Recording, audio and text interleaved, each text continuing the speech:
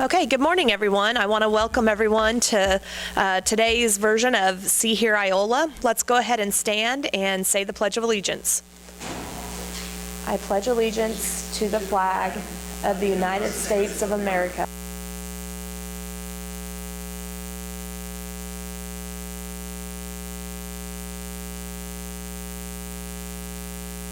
All right, my name is Shiloh Eggers, and I am your MC today, and I'm with Landmark National Bank, and I want to kick it off with a little story.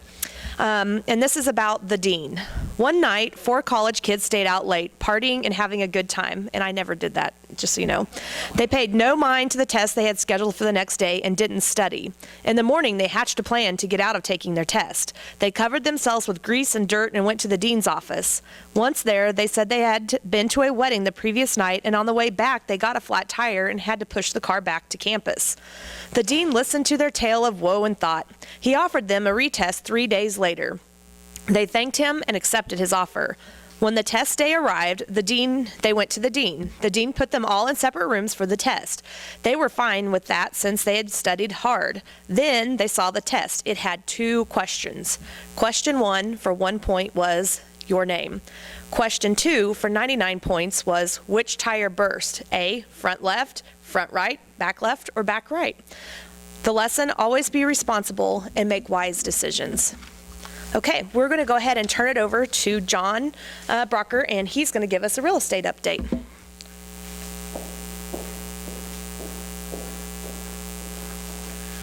Thank you very much. I'm clicking it. Okay. Did I go the wrong way? There we go. Now we're getting it. Sorry about that, folks. Okay. I did this just as this morning, so it's got to be the most current it can be. There's 40 listings now in Iola, with the minimum being 12,000, the maximum being 310, medium list price 85,000, medium days on the market 129, with an average 3-bedroom, 2-bath, 1,456 square feet. Okay. Sold since the first of the year. Back in 2016, there was 11 sold, 7,300 being the lowest, 123 being the highest, average 55,000. This year, there was only 6 closed since the first of the year, 22,000 the lowest, 182 the highest, with an average of 95,967. The reason that jumped up, there was 2 high sales that sold out of that 6, so that made that a little higher than what it should have been. Okay, now we'll discuss February's market. In last year in February, there was 5 sold, average sales price 67,800, 294 days on the market. This year in February, there was 2 sold, average sales price 102,400, 169 days on the market. Again, because of the high sales fell in that time period, that's the reason for that.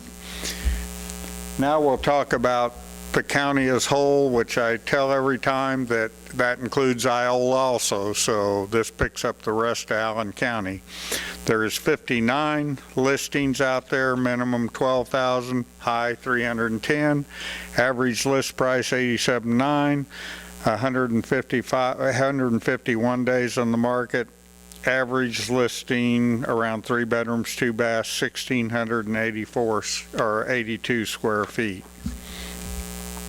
Again, since the first of the year, there was 19 sold in the county last year, 75 low, 123 high, 59,895 average. Days on the market 141. This year there was 12 closed, low was 13,750, high was 182,000, average was 71,713, average days on the market 95. For February, again, this includes Iola. There was 9 sold last year. There was 3 sold this year in February, and you can see the facts there. Now, to go along with our February, this will show you, this is the state of Kansas. And the state of Kansas was down about 5% overall for the month of February. So that kind of tells you that's a monthly thing, not a yearly type deal, why stuff's up and down. But if you look since the first of the year to the date, they'll tell you that nationwide it's up 6% overall for the year to date. But in February in the state of Kansas, there was only 2,108 sold, 75 days in the market. Active listings was 10,662. That's for the whole state of the Kansas. Any questions on that? How come it's selling so much quicker since?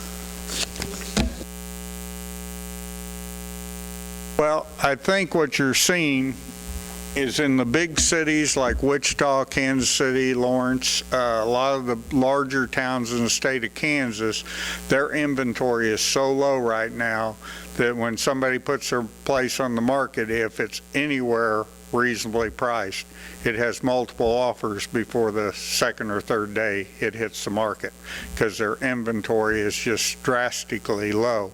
If you kind of noticed, our inventory has actually increased from what I've been giving you in the past. It was running around 30, 33 listings. Now it's up to 40. So ours is actually increasing a little bit, but slower in this year than last year on sales. But it seems to me like we're selling more expensive homes. We have, but that started about 2 to 3 years ago. I'm going to say there's probably been more higher valued homes sold in our county and in Iola since the last 3 years than there has in the past. Okay, on the news I heard that it was a seller's market because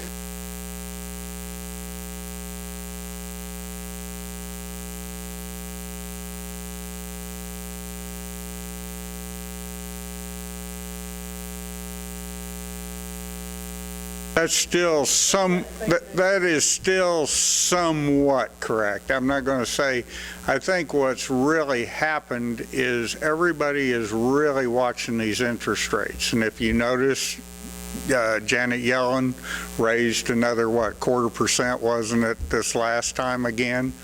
And that affects the interest rates on real estate. And everybody's really, if they can get into that market, they're trying to get in there before interest rates really go up. Now, are they really going to go way high? I don't see that.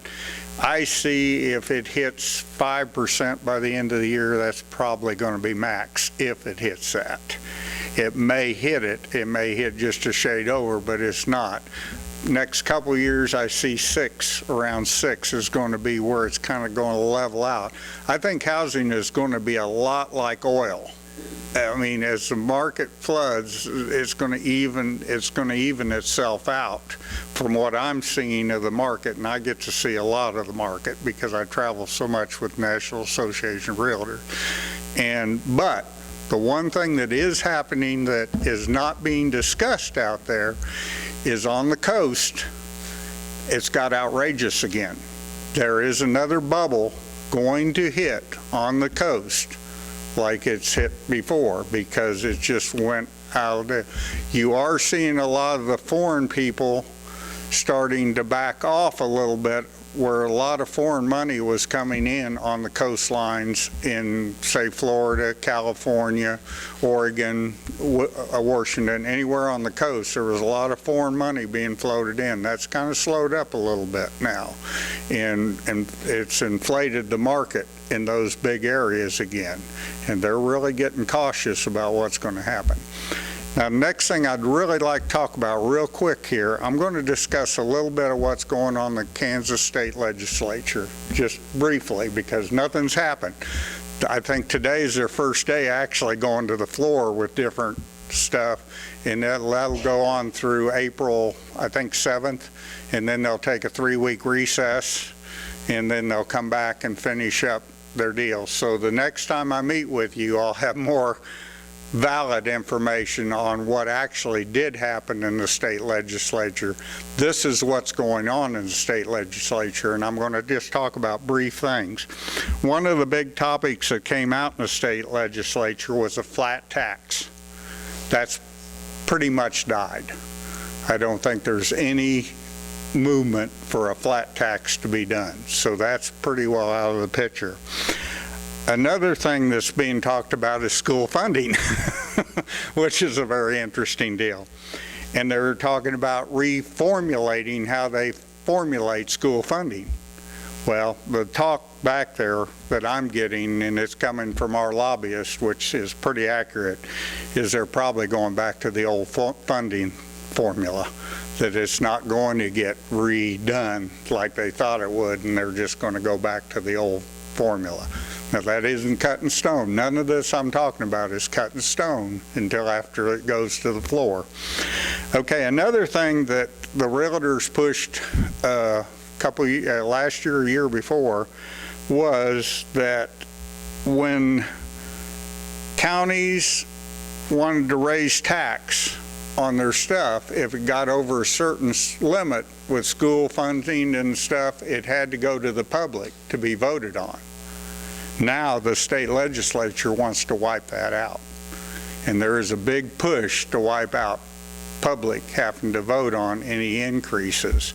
I think what they're trying to do is cover their rears because they know that school funding's in trouble. And they're trying to open any doors that they can open to allow it to get its funding without the public knowing what they're funding for. And that's the reason we pushed on this, because we wanted the public to know as housing increased, you never heard them say, well, we'll drop the mill levy because it's based on what it is. What they do is say, we're not going to raise your taxes anymore, but yet they did raise them because it was worth more. So we wanted the people to know that they should come back to you and tell you they're raising them up front, not being quiet on that issue. Okay, just a few more things I want to talk about. One of the big issues that are coming out, and that's going to get real interesting, they're talking about sales tax on personal services. They're really pushing this hard to start taxing any personal service given out there that you will pay tax. That'd be like me. If I sell a house, I'll have to pay sales tax on commission, or anybody else that does any personal services would have to pay sales tax on that service. That is being pushed very strongly right now, and it's looking strong in the legislature, so you need to be aware of that. Another thing, and we fought them on this. A few years ago, they came into all the departments and swept the funds. If there was extra money there, they came in and took it. We took them to court. We lost in the first court, but we won in the Supreme Court. Supreme Court said that's illegal. You can't just take those funds because those funds weren't your funds in the first place. They were due to that industry, like the real estate. I can talk more about it, where we pay our dues and stuff like that. That's our money to control the licensing deal. But they came in and took, I think at that time they took $300,000 out of our fund, which wiped the real estate commission. They couldn't do nothing because they didn't have any money. So now we've even raised our dues on our licenses, and now they're talking about coming in and doing a fund sweep on everybody again. And that's going to get very interesting.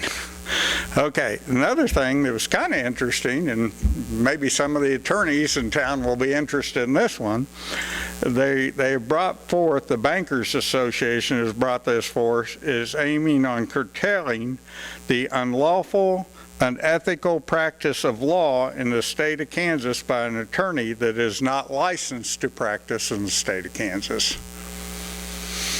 So that's the thing coming up in the state legislature. They're wanting them to go after, and I'm sure this is going because of repos and everything else of attorneys getting involved in practice in the state of Kansas. But that's one of the things coming out. There was just one other thing I'll briefly touch, and then again, next time when I talk, we should have what actually happened at the state legislature. And this one affects me a little bit because I am a certified licensed appraiser. One of the things they're trying to get passed in all the states is to make everything uniform across the board. Because what I'm licensed to do in the state of Kansas, Missouri's requirements may be a little different on how you do it there.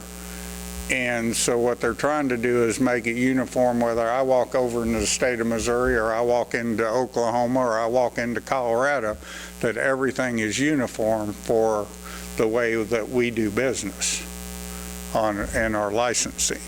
So that is another thing that has been brought up to the state legislature to see if they'd pass it. And our association, not just the state, but national, is pushing that too. Because one of the problems you've got with appraisals right now is that they have made the standards so high, very few people can get licensed. And most of us are gray-haired old men like me that are still doing it, that you're not going to have anybody following me. And so now what are you going to do when it comes to getting an appraisal? You know, there's not just going to be the people out there to do them anymore because it's so hard to get somebody licensed nowadays to do that type of work. So I'll bet it'll come that way.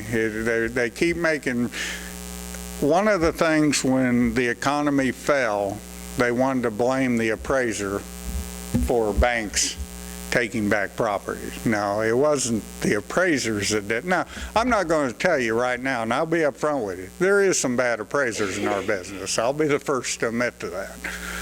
But not all of them are bad, and most of the loans that are made are not made by bad appraisers. And what happened was it wasn't so much the banks got themselves in trouble, it was these mortgage brokers that came in, and all they were concerned at was getting their money for making that loan, and they didn't care what it took to get it through. And right now I'm feeling some of the repercussions of it because I do repos from Coffee County, Anderson County, clear to the Oklahoma line, and I see a lot of what Fannie Mae and Freddie Mac takes back. There's no way they should have passed in the first place. Now, that house did not deteriorate in 3 or 4 years to the condition that I see some of the houses in.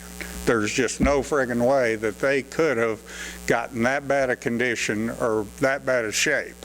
So what it tells me is there was a bad loan made, that they, I'm not going to say falsified information, but it wasn't quite correct to get it to be sold on the secondary market.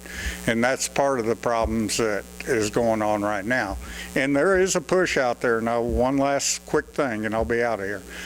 There is a push right now to still do away with Freddie and Fannie Mae, Freddie Mac and Fannie Mae and Ginnie Mae. There's a real push out there by Congress. Congress doesn't want to touch it because they're a cash cow right now. They're throwing so much money, and that's all they want to see is the cash that comes in every month.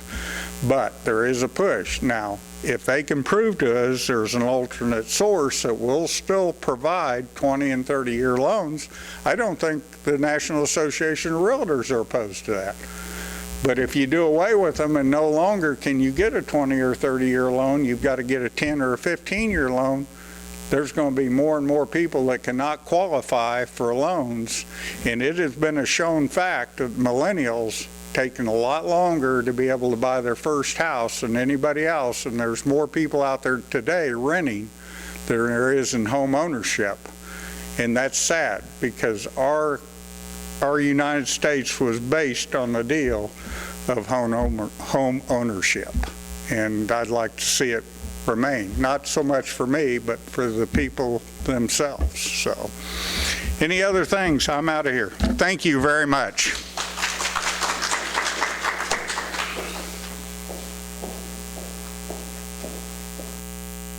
I want to thank John for taking time to give us that report.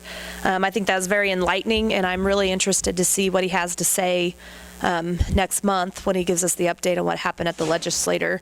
One thing I do know is that as interest rates rise, the percentage of the population that can qualify for home ownership does decline, and there's a lot of things that play into that. But we're going to go ahead and move on. We have a couple of individuals that are going to come up and talk to us about the Allen County Farmers Market.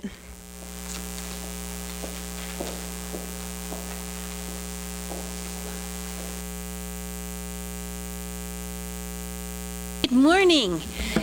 Hello. I'm Debbie Bearden, and I am now the Secretary of the Allen County Farmers Market Board. And recently, we have hired Robin Shalley to be our market director for this season. That was made possible by a grant from the Healthcare Foundation of Greater Kansas City. And so we really appreciate their putting into our community and helping out. I wasn't too sure just how many more years I was going to be able to handle all the hats I was juggling. So I was really grateful because it seems as though there's lots of opportunity for our farmers market and activities there and potential, but it takes more than me to do it. So I'm really glad to have Robin on board. Good morning. Welcome. Well, I've been a teacher for 30 years, so I'm used to talking kind of loud, but guess you want me to center? I can speak into that, and whoever watches online, Oh. otherwise they can't hear. Okay, well, I guess they didn't really tell that to me, so maybe I should be a little nervous about that then. So welcome and thank you for having us today, and I'm assuming I need to click on the right-hand side here? Okay. We're going to talk to you a little today about the Allen County Farmers Market, and the first thing that we want to let you know that we're going to have 3 markets this year. That's a little bit different than in the past. So the first market that we want to talk about is our, oh, it didn't move, is our, I think, No, you're fine. okay, it went to Thursday's market. I'm going down, okay.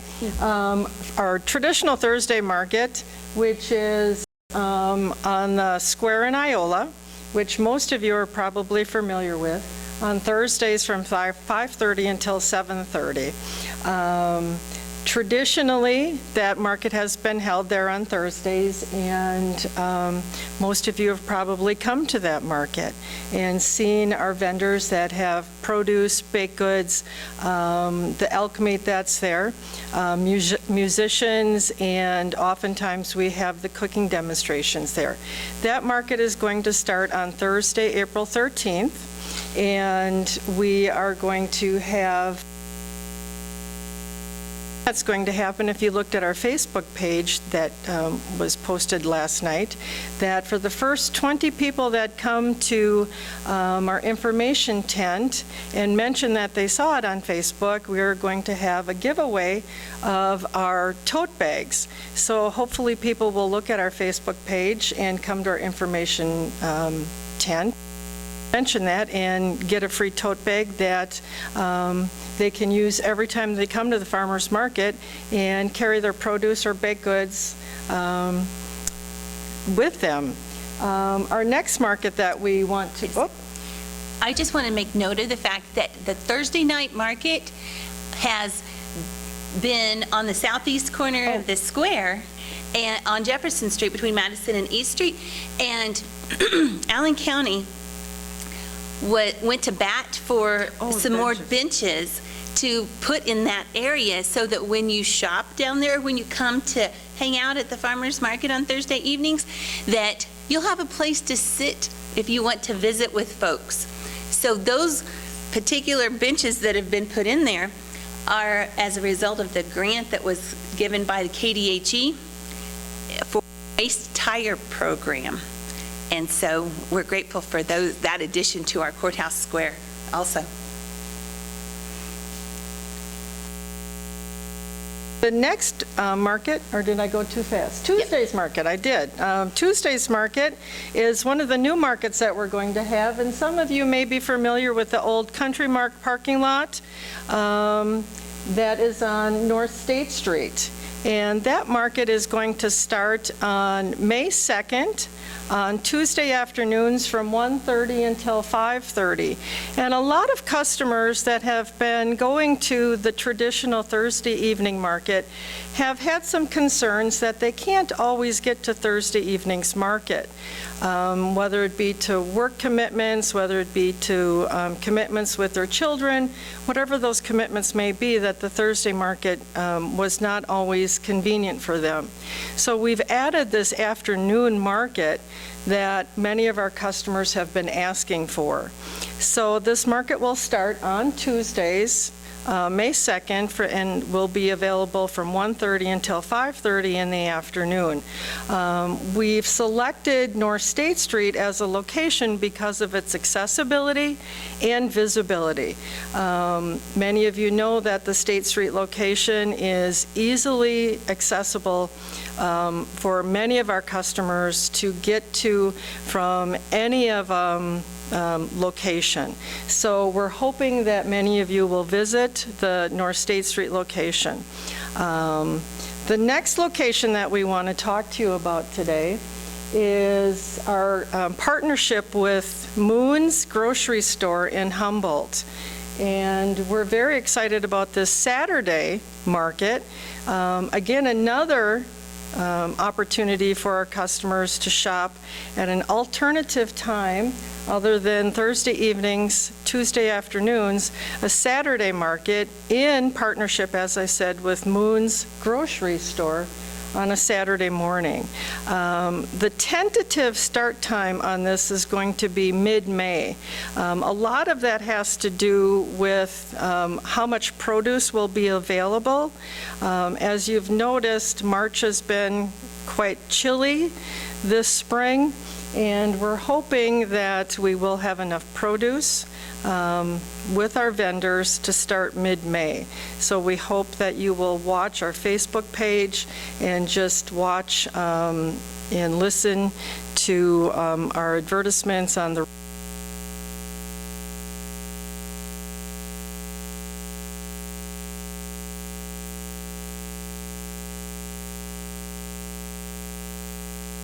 start date for that Moon's location. Any questions so far on those 3 dates and times?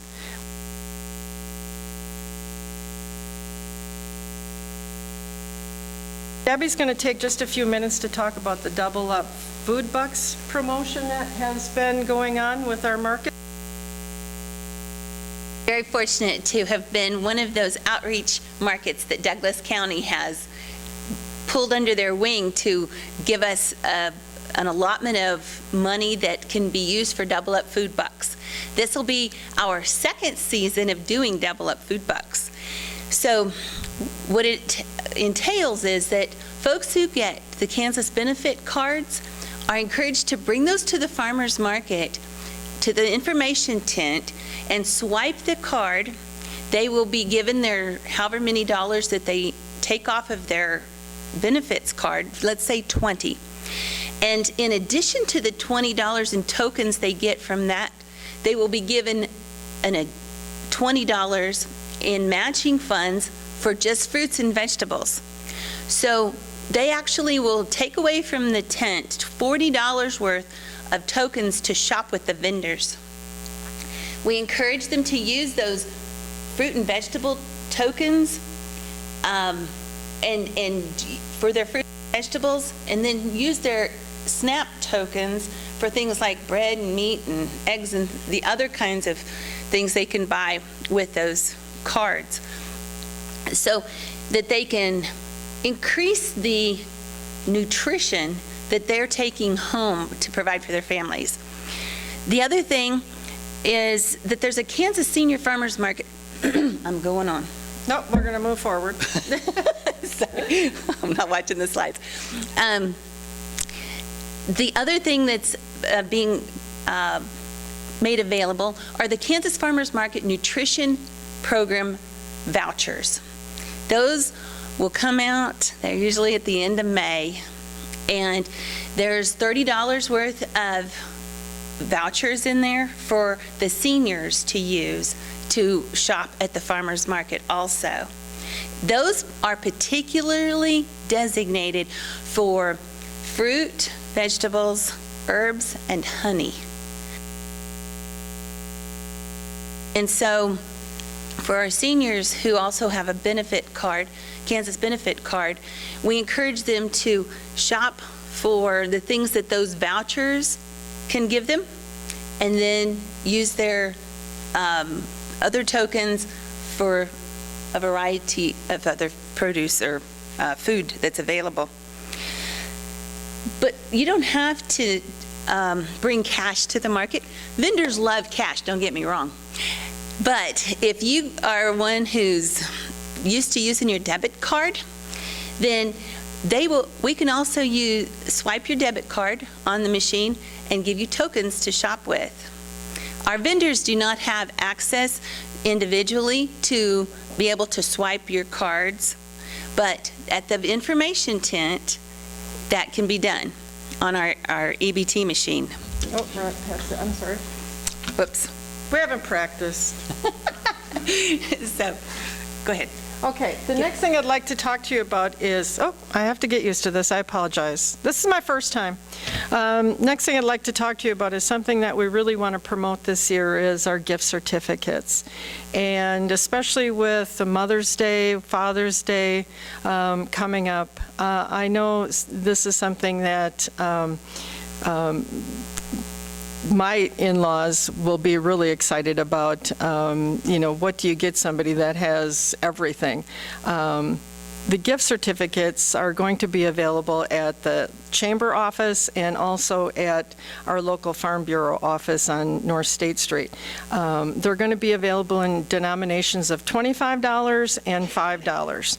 And we encourage you to think about purchasing those either for yourself or to give those as gifts to someone that you know. And they will be available to be used at any one of the 3 markets that we have for any of the produce or products that we have at the markets. So please encourage anybody that you know to think about giving those either as gifts or either purchasing them for yourself to use at market. And again, those gift certificates will be available at the Chamber office downtown or at the Farm Bureau office, or you can, and I did forget to mention this, at our information tent at the market on State Street or at the market on the square. The next thing that we have that we want to talk to you about is Par Produce, and this is a new program that Debbie's going to talk about that's going to be starting in a few weeks. So, Safe Base has shown an interest in their young people, first graders through sixth graders, learning what's it about to shop at the farmer's market, how do you use fresh food, and all those kinds, how do you prepare it, grow it, those kinds of things. So on May the 2nd, Safe Base is going to bring their students to the Tuesday afternoon market for them to have a learning event that will carry on over into the next week as well. We're encouraging their parents to come and participate with them. We'll have several learning stations where they can learn about different pieces of what goes on at the farmer's market, all those things that our consumers need to know. So all of that then will hopefully encourage them to participate in our summer program through June and July, where we're going to have 8 weeks where the young folks that come to market will sign up for a passport to Allen County Farmers Market. Each night, they'll have some tasks that they will go to a vendor. One of them might be to find a vendor who's selling a purple vegetable, or find a vendor that is selling something that is not a plant, or those kinds of, that we'll give them clues, and then when they come back with those marked off, they get points that translate into money for them to shop with at the vendors' tables. So through the months of June and July, we're going to have this activity going on for the young people who come to farmers market. We want to encourage them to learn to taste new vegetables or fruits, or to meet new people. Find out how the farmer's growing their squash or cucumbers. We are also encouraging our vendors to bring samples of some of their offerings so that not only the young people, but everyone can try it and see how it tastes, and maybe it's something they've never tried before and they find out they like it. So that's what the Power of Produce program's about this summer. Okay.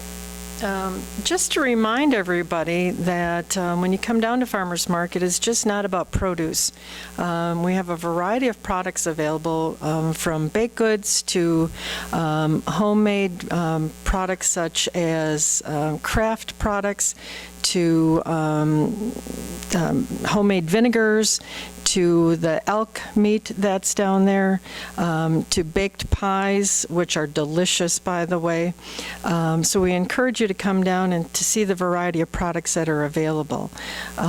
We also want to remind you that all of our vendors are local, that all of the products are local, that all of the products, if they are made, are homemade. Nothing is purchased or bought and brought in. So we want to encourage you to support our local vendors.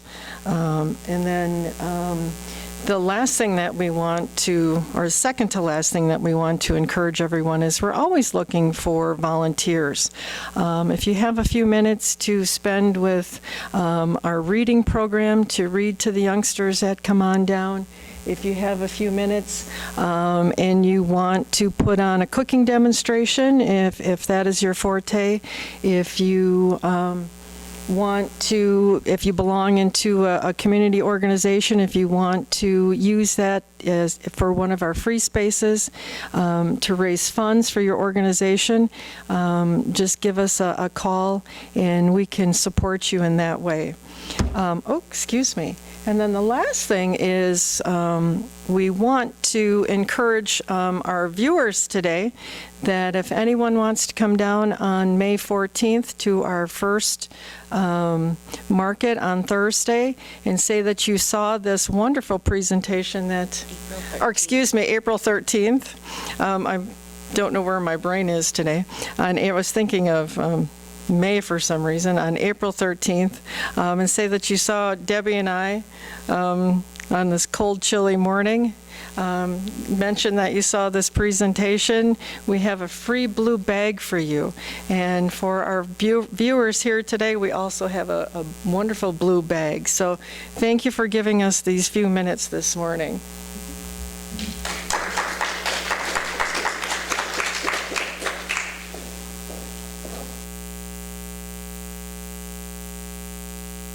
Okay, thank you, Debbie and Robin, for all that information. It's really exciting as a farm girl to know that I can get local produce here also, and that you're encouraging people to be healthy and get out and support our local vendors.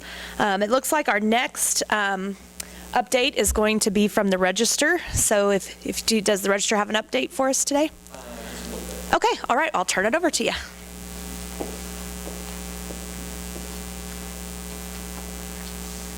Just a couple real quick items. With the wonderful weather we're having now, spring sports have actually started. There have been baseball, softball games, track meet was yesterday. Middle school kids were down in Humboldt, so we've got a lot of spring sports going on we like to highlight. We have our Humboldt racing tab comes out in April, so I'm sure people might want to. Racing Enthusiast has a whole schedule for the upcoming season. They have a lot of great events going on down there. Trying to think, April is, I think it's Home and Garden Improvement Month, and so each Saturday, or every other Saturday, starting tomorrow, we have a whole special section on gardening and advertisers talking about that. Lastly, we are getting really close to finishing up our Chronicles book. We are to the 90s now, so if anybody has any photos of the 90s, we've pretty well got the 40s up through the 80s now. Donna keeps bringing in slides for us, which is great. We're having a blast just going through the photos, but It's getting really close, so if you want to order them in advance, it's still $39.95, I think, and that's up until July. Once it goes to the publisher, the price will go up $10, so if you want to get your book ordered, go ahead and just give us a call. Thanks.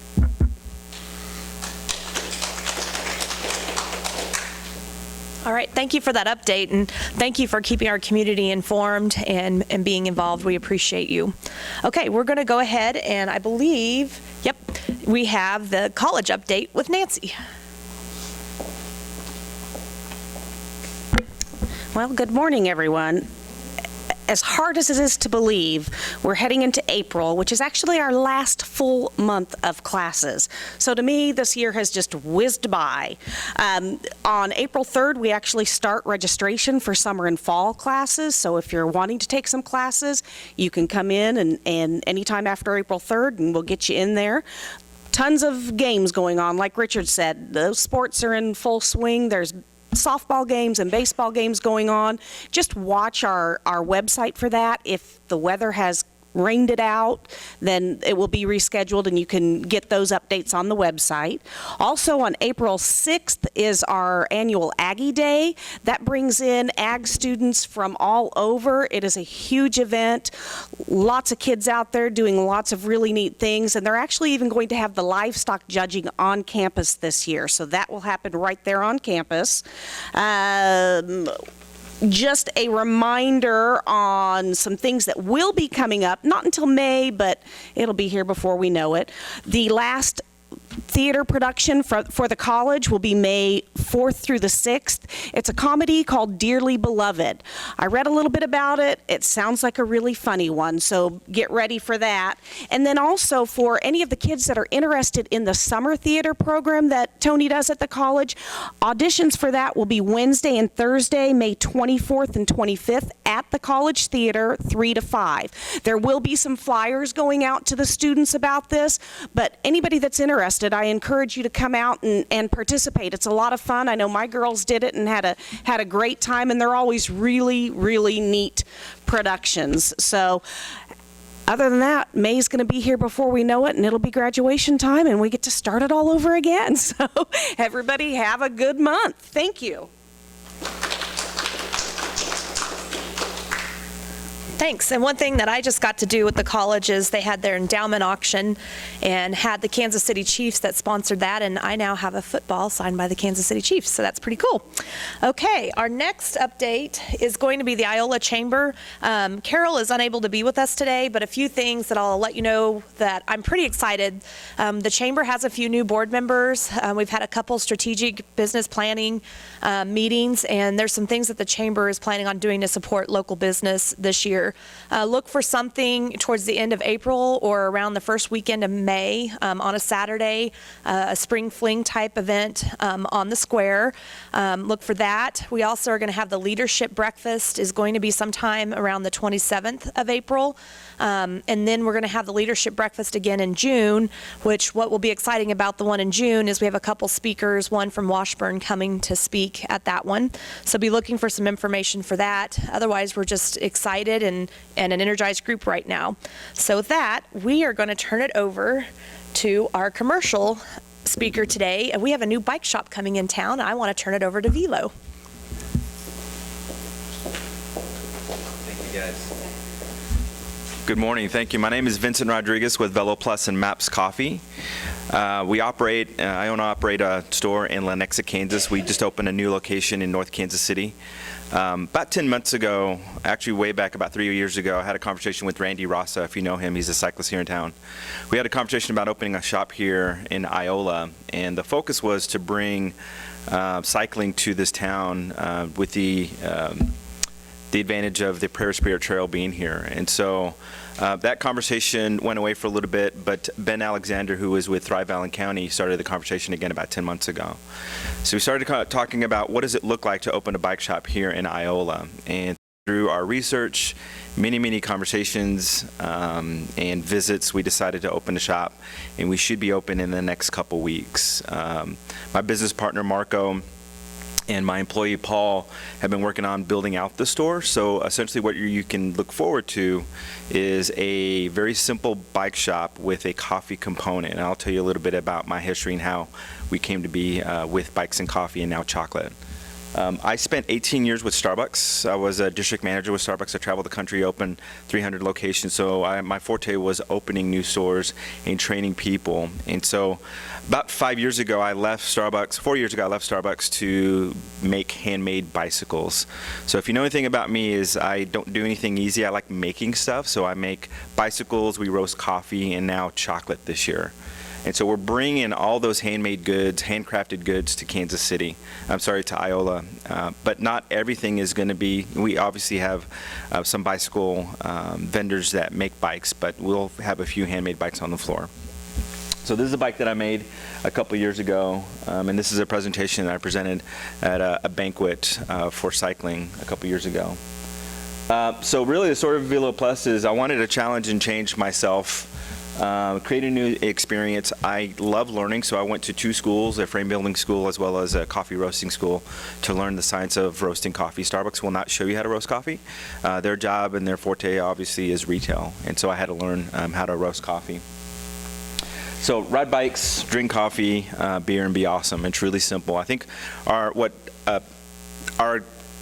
attraction to what we do is we're very simple people that happen to know a lot about these things. I call it the come as you are bike shop. So we don't care if you have, something that's not the greatest bike in the world, or if you have a handmade $10,000 frame that I made you. We cater to everybody. We meet everybody in the middle. We educate. So our job here really is to get people on bikes, get them outside, get them healthy, and then create a community of both bicycles and coffee. And so the plan as we move forward is we'll have workshops with both coffee and chocolate and bicycles. I intend to make a handmade frame here sometime this year and showcase that. So again, we talked a little bit about custom frames. So it just talks a little bit about the way that I go about custom frames. That particular bike is a bike that I made for a gentleman. That's a handmade frame. That ended up being a really expensive bike for him, but that bike ends up being about 18 pounds carbon parts on it. So anyways, coffee, there's my coffee roaster. I was the first to have that coffee roaster in Kansas City. Again, my shop is in Lenexa. This is a very expensive coffee roaster, a fully automated, world's most efficient machine.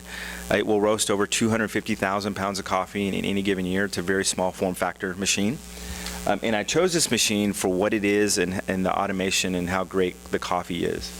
So again, I've created a line of bike shop blends. I have partners in Lenexa with Boulevard Beer. We have a beer called Early Riser, which uses my coffee. I also partner with Chateau Milk, which is a local milk company that we do their home delivery program, as well as a pretty big bagel company that opened last year called Meshuggah Bagels. So we'll continue to grow and leverage the coffee aspect with cold brew and now with chocolate, the handcrafted chocolate that we started.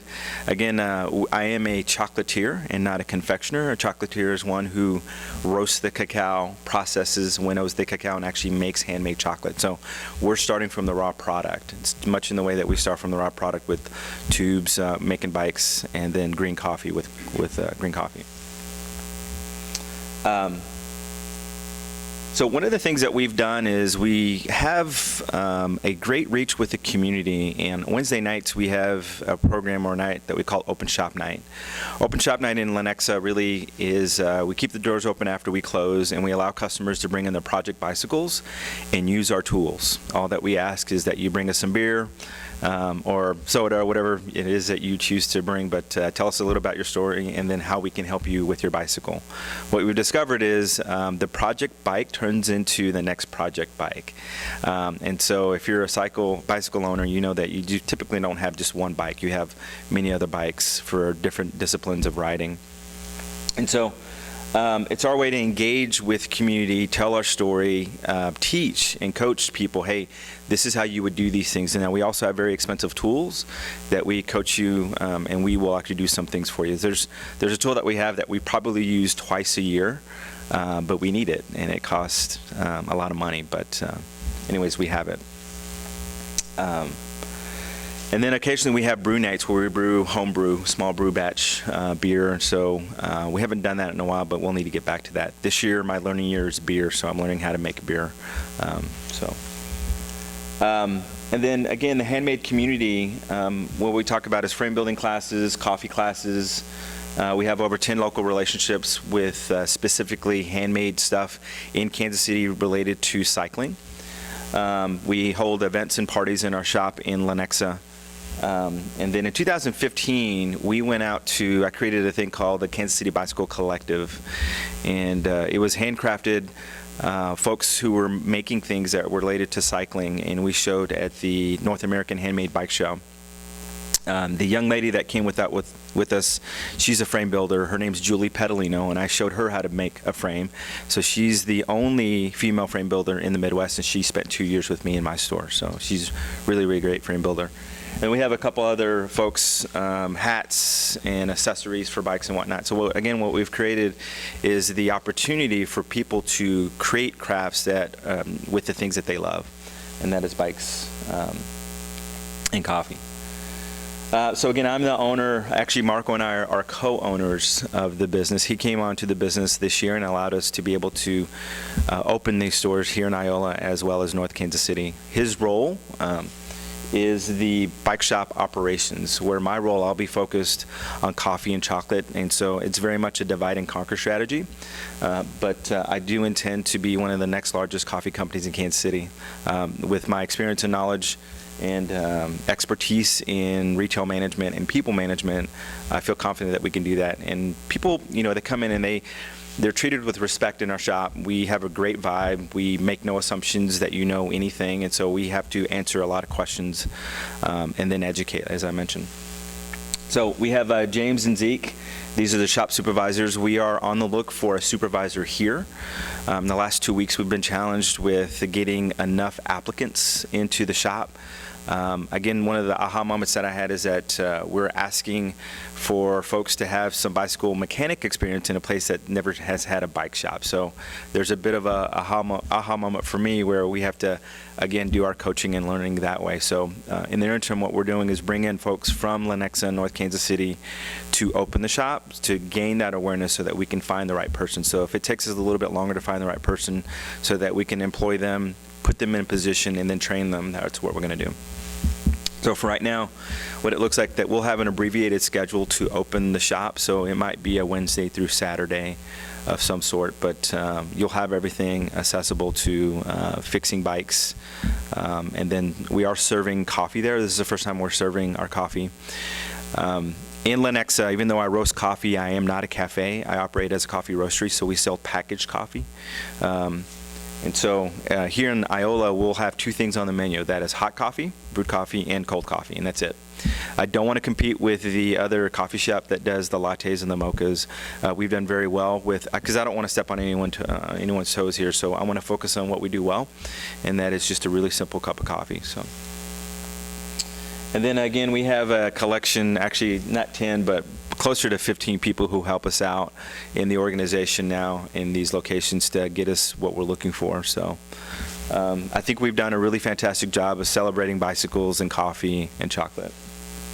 And this is just a picture of New Bike Day. So we celebrate New Bike Day. So when you get a bicycle, it's something to celebrate. We take your picture and tell your story of what bike it is and why you chose our shop. So this is probably not even a quarter of the bikes that we sell. We sell quite a bit in any given year. Our new North Kansas City location sold 5 bikes last weekend, and so it was a great opportunity. Again, we're serving the need of people who want to be on bikes and want to come to a bike shop that operates differently. So with that, that's our game plan. What questions do you have?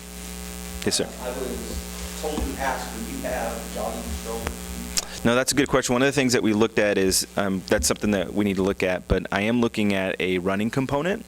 I didn't realize that there's ultra marathoners run on Prairie Spirit Trail, so that's one thing that we are looking at to implement that piece of it in a small way, but jogging strollers make sense, so just let us know. We can find that answer for you. So, what else? So one thing I didn't mention, and I think I might have mentioned, is Thrive Allen County and Ben Alexander and Dave Tolan have been huge resources for us to help us understand what the opportunity looks like. So I really thank those guys and that organization to help us be here. So we're excited to be here. So, yep. Have you tried the trail? I have, yeah. Yeah, back in October, I came for a visit and ended up having some esteemed folks here in Iola ride bikes with us. So I thought it was just a casual bike ride, but it turned out to be a more formal thing than that, which is awesome. But I got to see how everyone worked really well together to make sure that this is a thing. I will note that on April 29th, we have a bike ride from Lenexa to Iola here. Many of us will be riding the 100 miles, taking advantage of the trails. And so some of folks here in Iola will be meeting us halfway. I believe that would be in Garnett, so that would be a 50-mile round trip or so. So our family in Lenexa and North Kansas City, which I believe will number in probably about 100 people, will come and ride bikes with us. We have a pretty large bicycle family out there, so I'm excited about that. And so really the goal is to bring awareness to the new shop and bring commerce to the city as well and help celebrate the new store opening. So join us if you have a bicycle. So yeah, thank you.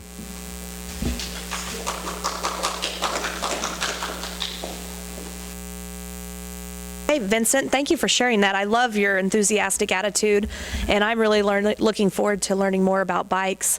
Again, make sure you guys set your calendars for their grand opening on April 29th. I think that's going to be real exciting and energizing, and I really appreciate you being here in the community. Okay, we are now going to turn it over to Sid, who is our city administrator, and he is going to give us a talk today.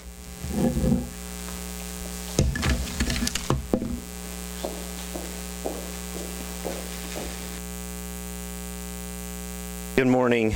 This is more of just a little more of an extended update than I normally do, so it's not a full talk, so it'll be quick.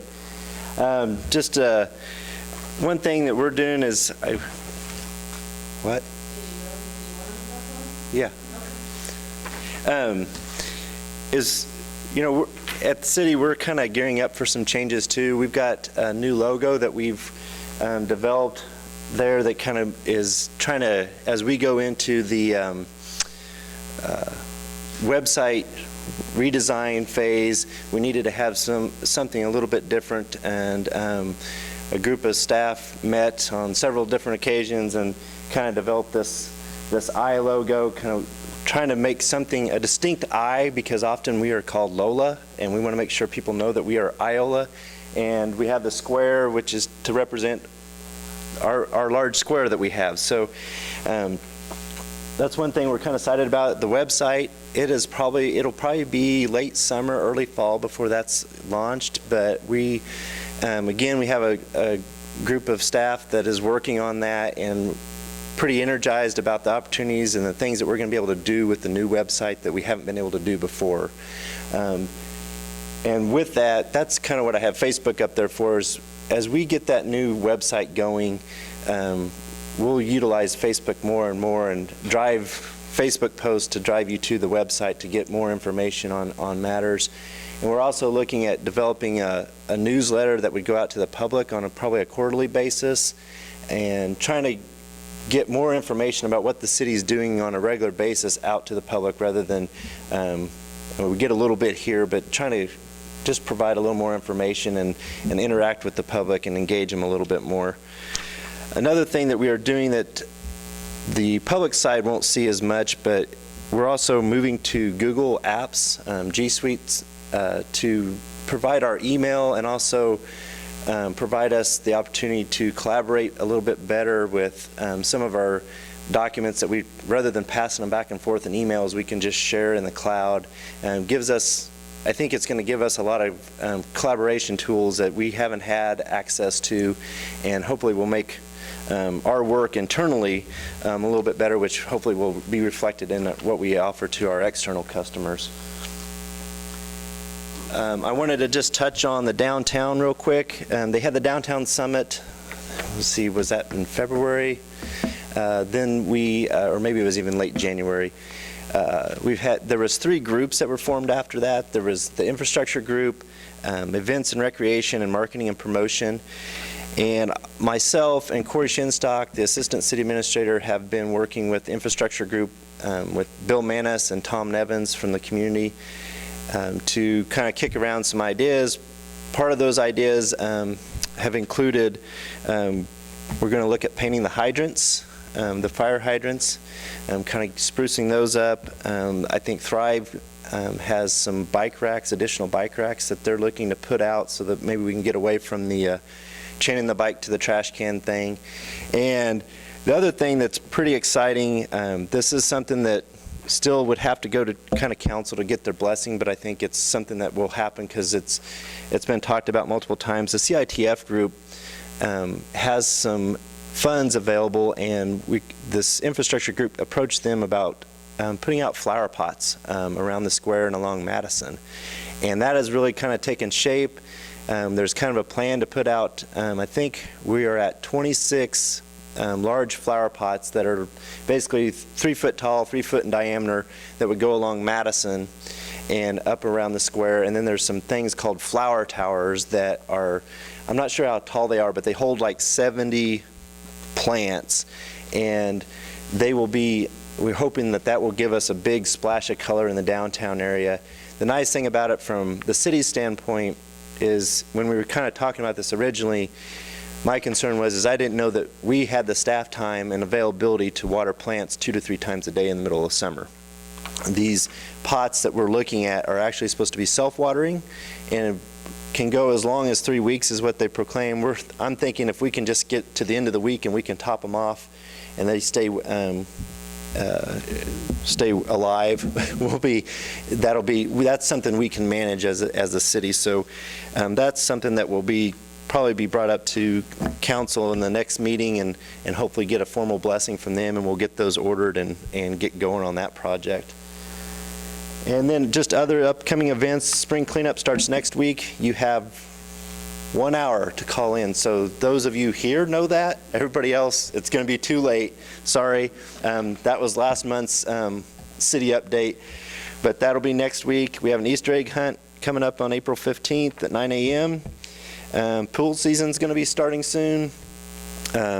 And then our busy season, just as our outdoor staff, mowing season, street maintenance, we'll be doing crack filling and chip sealing. We have utility projects with some water and gas line replacements, and just a lot of things going to be happening in the coming months. So that's all I really have, just a quick extended update. I'll turn it back over to Shiloh.